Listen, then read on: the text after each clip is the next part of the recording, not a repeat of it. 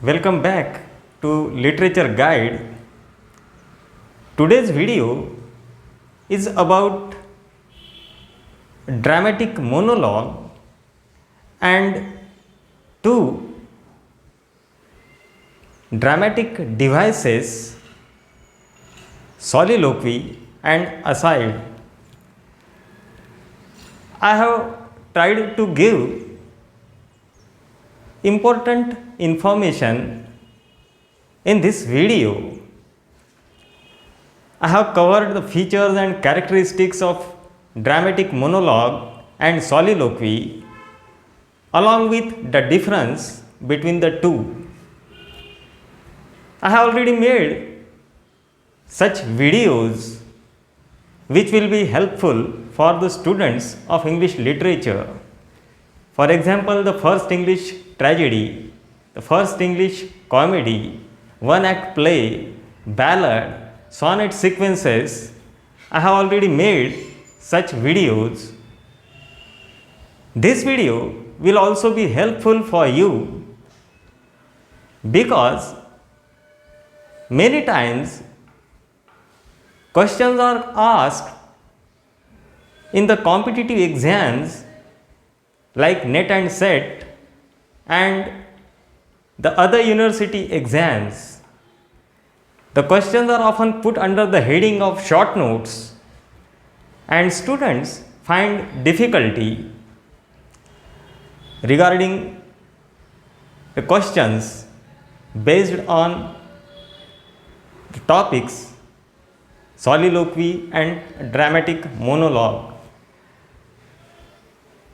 This video will be helpful for you and I don't think that you will find any difficulty. This is not a long video like the other ones, but this video will also be helpful for you. Once again, I would like to thank my viewers and supporters who have given me strength to form this channel. And we have been constantly working on this channel so that we can provide you better material and information related to English literature. Let's jump into the video and find out whether it is really helpful for you or not and provide you useful information. Let's jump into it.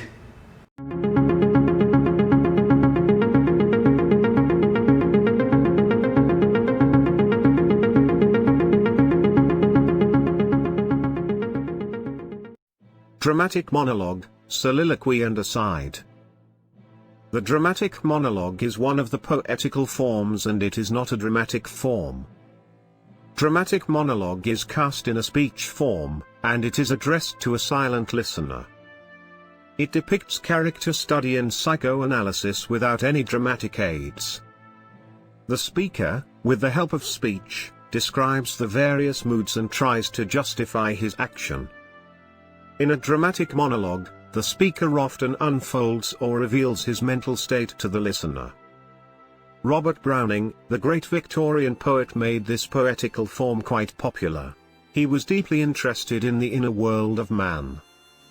Saintsbury has defined dramatic monologue in the following manner: the poet takes a character or an incident and tries to reveal and analyzes the working of the inner mind of the character.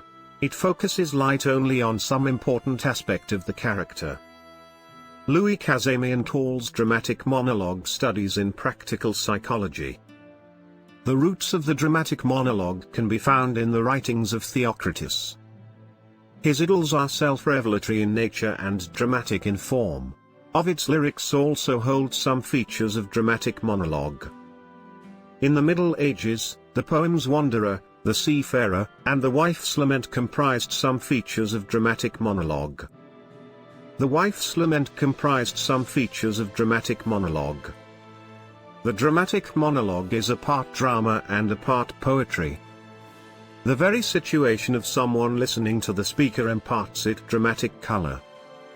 A dramatic monologue can be performed before the audience without other dramatic devices like costumes and sets. The dramatic monologue is called dramatic in the sense that it expresses the thoughts and feelings of some impersonated or imaginary character in the poem. It is called monologue because only a single person, not a poet, speaks throughout the poem. The dramatic monologue has some features. First of all, it reflects mental and spiritual conflict in the mind of the character. Secondly, it revolves round the central character of the poem. A single person, not necessarily a poet, gives vent to his pent-up feelings and thoughts. Thirdly, dramatic monologue reveals not only human passions and aspirations but also gives a moral lesson. It deals with soul studies of the characters. Fourthly, in the dramatic monologue, the speaker is placed in the most critical situation and the poem presents his reflection on life. Dramatic monologue is pregnant with self-introspection and meditation. It shifts back to the past and forth in the future also. The reader can find no chronological order or sequence in the poem. Lastly, the speaker of the poem holds commune with one or more other people. We know about the presence of a silent listener only through the speaker of the poem. In Robert Browning's My Last Duchess, Francis Lippo Lippi, and Andrea del Sarto, the speakers address to some listener or listeners. Robert Browning portrays a wide variety of characters drawn from all sections of society. There is fine blending of the colloquial and unusual in many of his monologues. It is important to note that Browning's dramatic monologues are highly suggestive in character, and they provide enough scope for speculative thinking. The dramatic monologue is different from a dramatic device, soliloquy. In a soliloquy, the reader can find a character at a critical moment talking to himself and within himself. His speech is not supposed to be heard. It is a sort of loud thinking. The dramatic monologue too has a speaker and the reaction of a passive listener is only hinted at. It is just like a telephonic talk. The dramatic monologue, unlike the soliloquy, is supposed to be heard by the audience. It is mainly a study of character, which is one of the main functions of drama. Dramatic monologue is different from a dramatic lyric as it is more elaborate than the dramatic lyric. It also differs from dramatic narrative as it deals more with the inner psychological forces and conflict than the outward things. Many Victorian poets like Elizabeth Barrett Browning, Matthew Arnold, Alfred Lord Tennyson, Christina Rossetti, and William Morris employed this poetical form in a dexterous way. Hilda Doolittle, Thomas Stearns Eliot, Sylvia Plath, Robert Frost, Ezra Pound, Ted Hughes, Amy Lowell, and Judith Wright have composed a few fine dramatic monologues. Thus a dramatic monologue is a drama, poetry and philosophy all rolled into one. The soliloquy is a character's secret, and hidden thoughts, lying deep in his heart, which is said loudly on the stage, when no other actor in the play shares the stage with him. In soliloquies, the character speaks to one's own self on the stage, which is quite unusual. William Congreve remarked that though the person talking to himself looks unnatural, it is necessary that the person expresses himself somewhere. When a person has something very confidential or secret to say, he may not say it anyone but to himself. The soliloquy make the reader familiar with the character's hidden plans and motives. When the character utters his thoughts aloud on the stage, it is not supposed to be heard by anyone.